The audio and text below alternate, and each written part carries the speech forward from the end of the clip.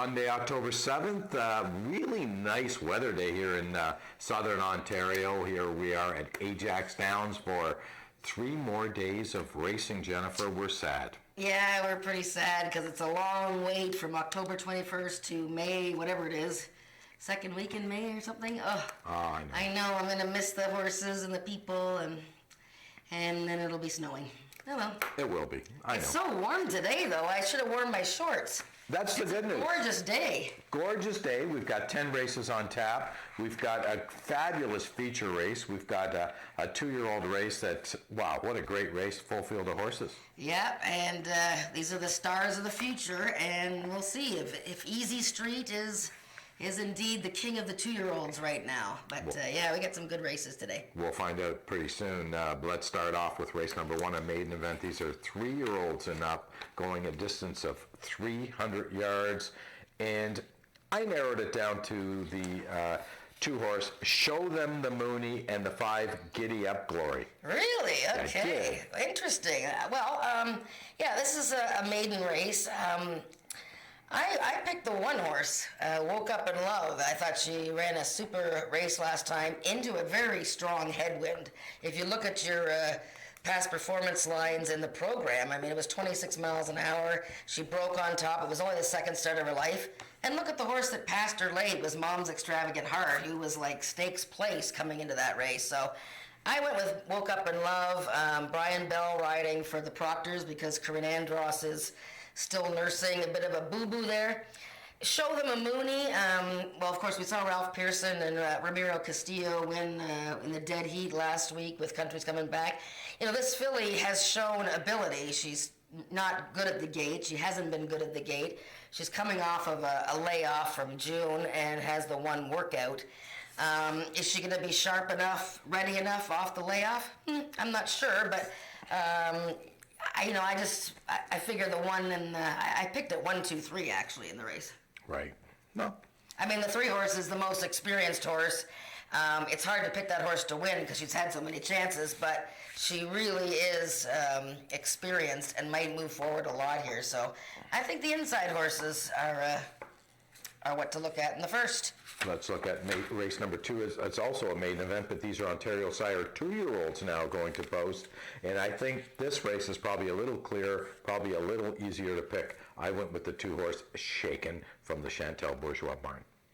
Yeah, so of course the page there is missing a couple of horses.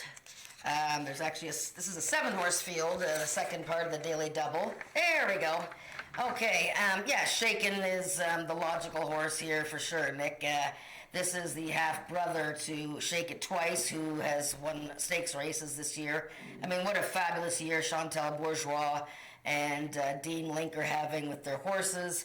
And Shaken was 2nd in a trial, 3rd in the futurity, and then, it didn't go well for him last time in a trial for today's race, the Alex Pico, because right when the gates were about to open, he was throwing his head around and he missed it.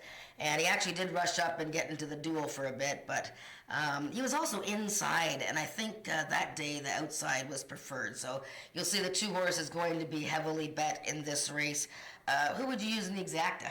I used the 5-horse. I used Shoeless Kate, and there's a very scientific reason on why I use Shoeless Kate.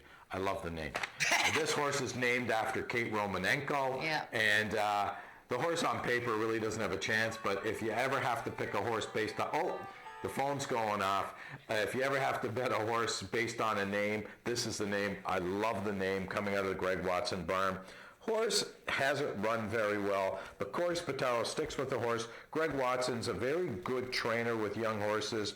Did run in a stake last time. I'm going to throw that all away, and hopefully with a bit of a layoff that Greg's made some adjustments. Yeah, you know what? I sort of overlooked her, I think, because she had the rail post for the first 2 starts of her career. Right. Last time, she sort of did a little bit of a hop at the start. Simply getting off the rail and getting out of the stakes race. I mean, she was beaten by Shaken last time, but you're right. I think the horse can improve, so I would probably use that horse in the exotics. How about you? You used the 4-horse? Yeah, I used the 4. I thought the horse ran super. That race that she's coming out of, the fourth place finisher has come back to win, hot like fire. Yet another winner for the Chantal Bourgeois family. Okay, let's move on to race number 3, an allowance event. These are Ontario Sire 3-year-olds and up, which have never won 3 races lifetime. Tough race. I went with the 2-horse, Perry Funny Stephen, Brian Bell, Joe Tavares. This horse has been very, very consistent the last 6 starts, but only 1 win to show for it. Yeah, now I think I picked them. I just want to check my notes here. Yeah, Nope. see, I put the 1. I accidentally put 1 there, but I did pick Perry Funny Stephen, so maybe the boys can change it upstairs. I actually did pick the 2. I just put 1 because I was picking him first. Anyways. Right, gotcha. Okay, so Perry Funny Stephen. Were you drinking at the time? No, I was not drinking. Okay, just curious. I don't remember, actually. Okay. Anyways, but Perry Funny Stephen, first of all, I mean, this is the son of that great mare, Go Smashing Baby. He's won $20,000+ this year. He just runs super almost every time. I like the fact that he shortens up from his latest. He led like very late in that race and just got caught by Bending Over, who in fact is a stablemate. Shortening up in distance is perfect for Perry Funny Stephen. So yeah, I think he's a strong factor in here. Horses that are going to take action. I think Ms. Mexican Mouse, she's coming off a bit of a freshening, 4 weeks. Didn't have the best of starts last time. I thought she was kind of wonky coming out of the gate. Wasn't far from Perry Funny Stephen. And I like her on the outside post. The lady is a winner. She's been on a roll of late. And Moon's on my PJs. The outside horses there, I guess, are the ones that the 2 horses going to have to Yeah, be great of. you didn't pick the lady as a winner, which surprises me a little bit No. because the horse has had 9 starts this year, 9 times in the money. I can know. understand maybe you didn't. Well, the horse did win 2 of the last 3 races, so what another I don't very know. consistent horse. Are you sure you weren't having a few? Well, I just, she's a week back, which actually is, no, you know what? She's a week back, and Tom Okay. Dunlop hasn't excelled in that. You see his Okay, stats? got it. So that Got was it. the only reason why I didn't do that. Somebody really wants to get a hold of me. Right. And you got TP in the saddle too, so I don't know. Whatever. This is a very competitive race, the 3rd race. So I like Perry Funny Stephen, but if he's not able to lead all the way, then those outside horses are coming. Which one's it going to be? Right. Let's move on to race number 4, which is an allowance event. These are 3-year-olds and up, which have not won a race in 2019. So that's a very interesting condition. However, we only have a field of 5 in here, so there's only 5 horses that haven't won a race this year. Tough race. I went with the 4. Bring On the Wave. Corey Spataro looks like a standout. Well, it looks pretty obvious. This was an Alberta champion in 2018. He came here, was in the Jason Pascoe barn, finished 2nd to Carneros and 3rd to Had to Be Ivory. Had some time off, which is interesting. When he was running so well, he had some time off and was changed to the Greg Watson barn. And he was in action just 1 week ago against the likes of Country's Coming Back and Country Boy. Wow. And got beat in nose, and it was a fabulous race. He's back in a week. Greg Watson has had success with that maneuver in the last couple of years. So, yeah, he looks, 220 yards. Other than a misstep, he looks completely obvious. The only horse that I think, in my opinion, that can beat him is Night Fishin', and I think she's coming up to a big race. She's very fresh now. She's only raced 3 times this year. She had a super outing last time against Feisty Icon, Ghost Pines, and the like. And her first 2 starts of the year were messed up by bad starts. So I like the 2 horse as a possible upsetter, 2 and 4. Race number 5 is a speed index race. These are 3-year-olds and up with an average of 80 and under. The start of our pick 4 today, so we have moved our pick 4 to race number 5, which confused me a little bit because I handicapped the pick 4 through 7. Now I have to readjust and go 5 through 8. It's only 4 through 7 at Woodbine. It's never been 4 through. Well, sometimes it's 4. Sometimes it Depends is. on how many races we have. I know, but I get confused very easily. This is a speed index race. You said it. No. I know. What can I tell you? Okay, The so 5 what did you do horses. here? Well, I went with Sakari. The 5 horse, Ed Walton, Barry Wood. Horse I thought the horse ran fairly well last time, fought very gamely from the inside, now moves to the middle, outside part of the track. I think this horse is the one to catch. Yeah, you know what? I didn't pick her in the top 3. And look at that. They've got her as the favorite, and you've picked her. Well, I mean, she ran for the first time for the Bogar team last time, and you're right. She was inside and leading early against an outside bias. So right away, you give her a couple of extra points for that effort. The second place finisher, Hanover Hill Stoley, has come back to win, so you get her a couple extra points for that. 330 yards, though. I just wasn't sure about that. I mean, This filly won first time out last year in July. She looked like she was going to be a star. She sort of had a bit of an in-and-out kind of season. So anyway, I went elsewhere. I went again to Speedocracy, who I picked last time at even money. Before that, he was 2-1 favorite. This horse hasn't won since Moby Dick's been a minute. Yes, I know. Hasn't won in a couple of years. I know. He hasn't won in a couple of years, but he is sitting on a win, okay? He's sitting on a win. I know it. He was gaining ground last time. It was at this level. He was trying to close into a 26-mile-an-hour headwind in the stretch. Anyways, back him up in exotics, but I'm using him in the pick 4. You know who I like? The Barry Wood. Remember, who's the first call for the James Bogar Barry Wood team? Brian Bell. Brian Bell. So I'm going to take a shot at Later Tater. That's interesting. TP rode that horse before, too. And so... That's interesting that Eddie Walton is on the 5. Mind you, Eddie did ride this horse to a victory, so... I'm not saying that Brian thinks that Later Tater is a better horse, but, he's overdue for a win, this horse. He also raced inside against the outside biased on September 16th. Before that, he was second to Channel Islands Flyer in that 3-horse race. He's been an underachiever this year. There's no question, Later Tater.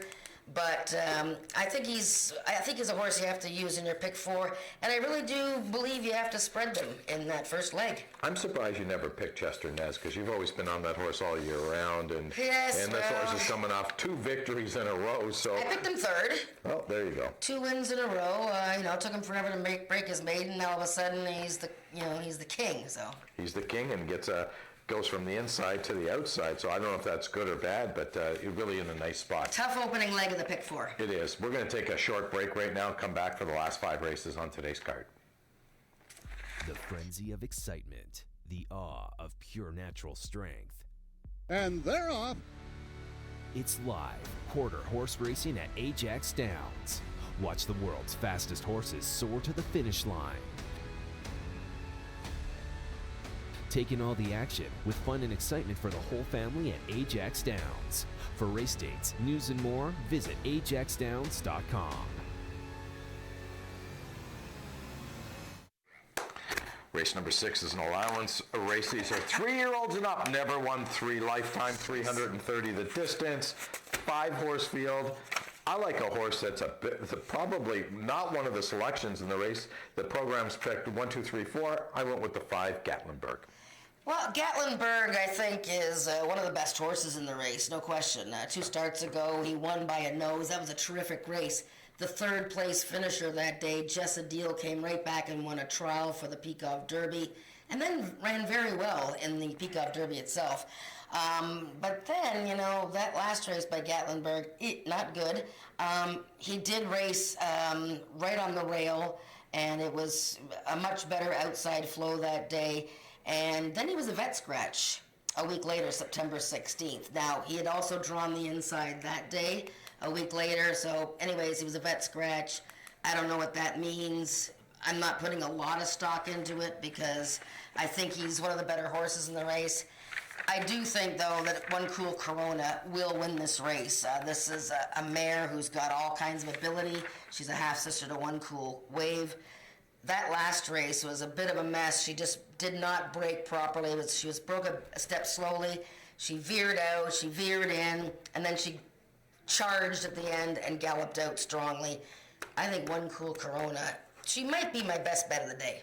Wow. How about that? How about them apples? That'd be a nice one, because I know you've been on the Senator Root bandwagon all year. I know, I love all year you've been on that bandwagon. And she threw her head right at the start last time and galloped out well. So, I mean, between Senator Root and One Cool Corona, they actually should have done better last time than they actually did. So, well, look at I've got inside horses there, and I'd like to see. I know, but look at Senator Root's last three lines. Broke real slow, broke inward, and sandwiched. So, I mean, I could really use a sandwich. There you go. Okay.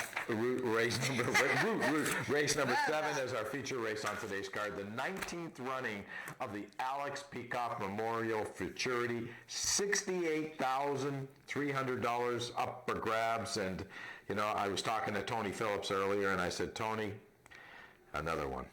Just another one. Well, yeah, so we have another one. Here comes another Bryn one. Robertson family rocket ship. You know, they're enjoying their older horse Had to Be Ivory, who's going to be one of the favorites of the championship next Monday, and now they have this 2-year-old Easy Street, who has been literally, you know, they haven't come close to him in 3 starts. Right. But you know, let's just. Look, they all get beat, right? I mean, I've seen favorites get beat. So let's, you know, Enable lost the Prix de l'Arc de Triomphe yesterday in France, and nobody ever thought that would happen. So let's watch the 2 trials, and maybe we can pick something out of there that, you know, maybe there's a reason why we can upset him, okay? Let's watch the first trial. It was won by Rowdy and Bodacious, who has been a really hard-trying fellow. 6 starts this year, and just developing very nicely for Scott Reed.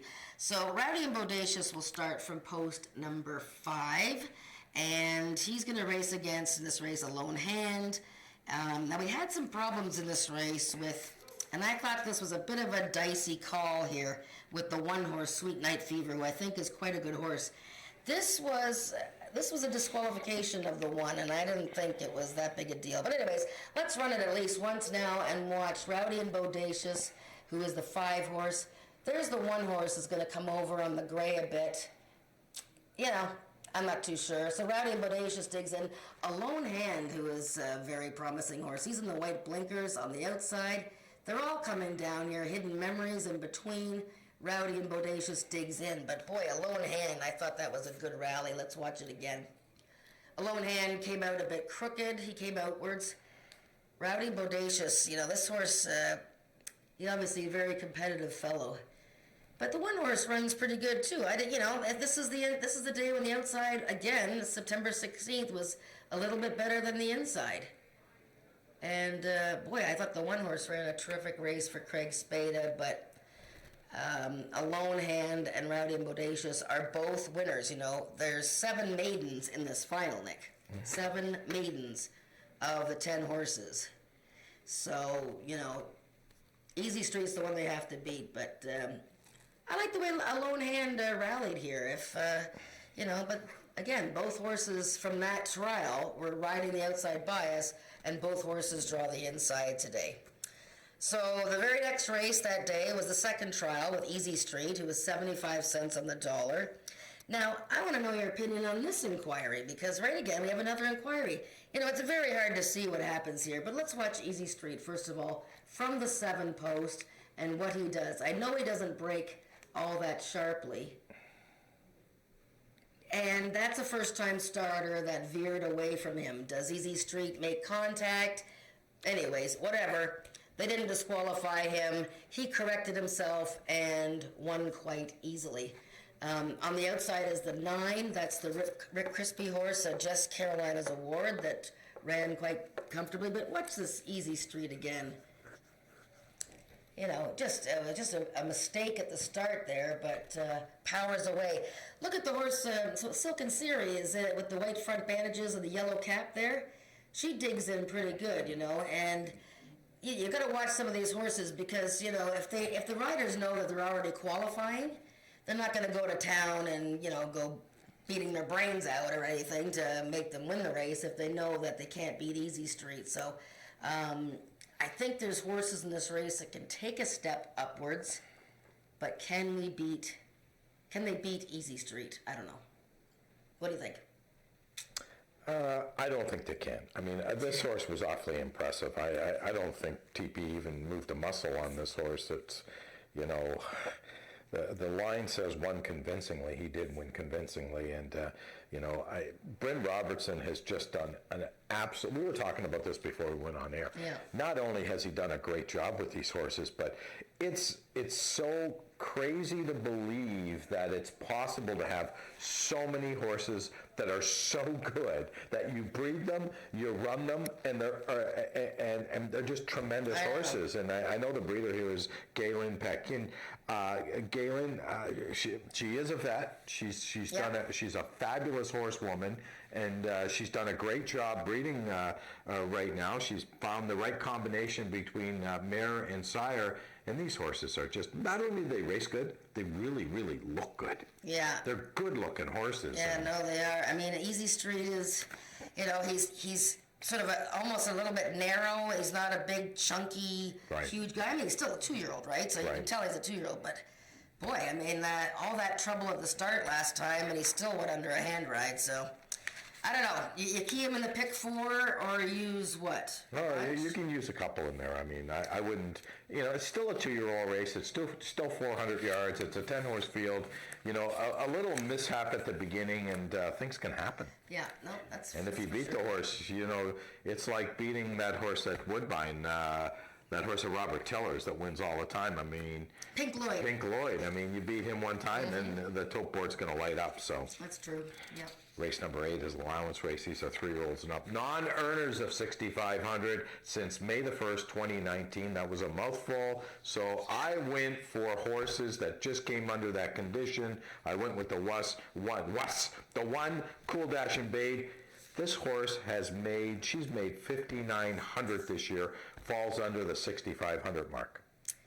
Yeah, okay. I was sort of looking at that condition. I sort of thought it was essentially non-winners of a race this year. Right. So, same difference. Same difference, really. Yeah. Now, you know what? I had picked Cool Dash and Babe a couple of times. She's been in very tough. Right. Maryland Magic. Really? AJ Chicken 15. Chicken and... Ghost Pines, her first time. I mean, just really a tough She has horses. been in very tough. Now, having said that, you know, she has not been in good form, and she draws the rail again. Right. She's had the rail twice in her last 3 starts, so I went elsewhere. I think this horse competed for my best bet of the day, the outside horse, Dynalicious. I mean, this is my favorite kind of horse at this time of year. I mean, they've spent all year getting her ready because, yeah, you know what? They think they can win a race with her. The season's almost over. She won second time out last season. Now, she started in June last year. Okay, so first time out this year, September 16th. The field was very reachable for her. She was a standout, really, on paper. But she had the one hole on September 16th when the inside was just kind of brutal. This horse has got 7 wins in her life, way more than anybody else in the field. It's her second start off the layoff. I'm keying her in the pick 4, baby. Oh, wow. That's a 10-1 morning line from the outside with Castillo and Broadstock. I didn't pick her. I went with the 5-horse Telling Me All. This is a horse that hasn't really run very well this year outside of the first race back on May the 5th, which was a long, long time ago. And that was a non-winners of 2 lifetime. So now she's running against multiple winners. I just thought Tony Phillips might be able to get away at 330 yards. Dynalicious is going to show speed, but what I find with horses that have the outside post, for whatever reason, and we've talked about this many times before, they turn right. Well, I don't know why. It's just maybe it's a natural thing that all the horses are inside of them. Horses just turn right out of the gate. I'm hoping that Telling Me All gets the jump, and if Cool Dash and Babe can't run her down, those are the 2 I see at the wire. Dynalicious, I just don't know where she's been all year. I mean, she's had 1 start in the whole year, and that was 3 weeks ago. I don't know if they were getting her ready or they pulled her out of a field. I haven't decided that. So I'm going to say they may have pulled her out of the field just to get her running again. We're completely opposite on that race, so that'll be interesting to see see how that shakes down. Race number 9 is the co-feature race on today's card, the QRI Overnight Series Allowance Race. These are 2-year-olds as well, 21,000 the pot in here, and I went with Craig Spada's horse. This horse has had 2 starts at Ajax Downs, and both have been terrific. Yeah, this is a lovely race. These are 2-year-olds that, some of them obviously didn't qualify for the Alex Peikoff Memorial, so it's sort of like a consolation race, but it's a super event. And yeah, Spitfire Stoli, she is Craig Spada gave her a little break after her maiden win because she'd been pretty busy. She came in from Delta Downs, Louisiana. She ran 2 super races here. He gave her a break. She's had a workout at his base at Fort Erie. She's absolutely one of the top 2 contenders in this race. I'm not really sure. I picked Pretty Runaway. I don't know. She won one of the stakes races, the Ontario Sired Futurity, and she was in the widest post. I had heard, she had lots of good workouts, but she didn't really run all that well in their first start. It was a really good Futurity win, the 4th place finisher, and another horse came out of the race to win. But she's been off 42 days and no workouts. Okay, we're not going to talk about race number 10. We're going to leave that as a secret because we're going to be with you all day today. Oh. We do have to go to post. We've run a little bit late. Talking Quarters have talked too much today. We'll see you throughout the day. Thanks for joining us.